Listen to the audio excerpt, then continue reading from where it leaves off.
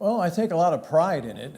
I think there's something to be said for the relationship between a broadcaster and an organization when it's a long-term relationship.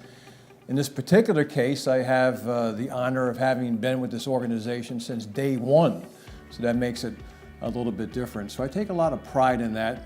It means that I've been able to build good relationships and sustain those relationships over the years, whether it be with front office personnel, with players, and certainly most particularly with the fans. You get to know the fans over the years as they react to your broadcast and tell you they heard you say this or do that, or they enjoy this or that.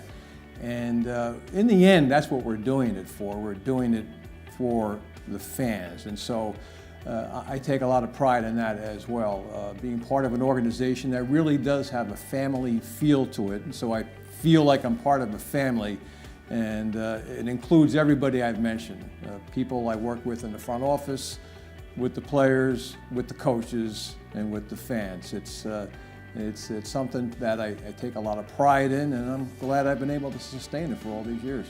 Well, a lot has changed. Again, the Connecticut Sun in 2003 were just a complete startup. I know that they were the Orlando Miracle, but it was a completely new staff, new ownership, an arena that was here but never used for professional basketball.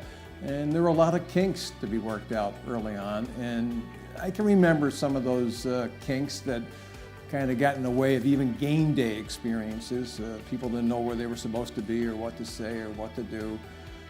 That has improved exponentially. You come to the Connecticut Sun, the Mohegan Sun Arena for a Connecticut Sun game now, and the game day experience is spectacular. They were kind of feeling their way through that in the early years. The team was good.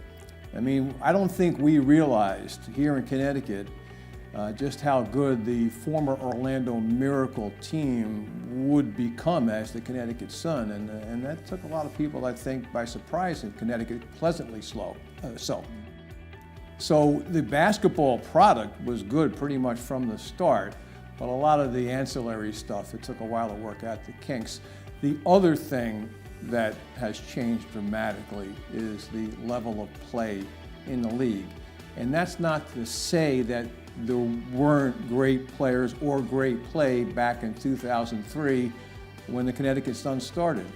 We had Lisa Leslie and Cheryl Swoops and Dawn Staley, and Rebecca Lobo was a part of that first Connecticut Sun team. They were great players, but the depth and the overall talent in the WNBA is so much better than it was back then, and the product is, I think, better to watch. There's more athleticism, the game is more tempo, more points are scored. The Connecticut Sun last year had, 14 games where they scored 90 or more points. Those kinds of games were unheard of in the early years. So the product itself has just increased dramatically during the time I've been here.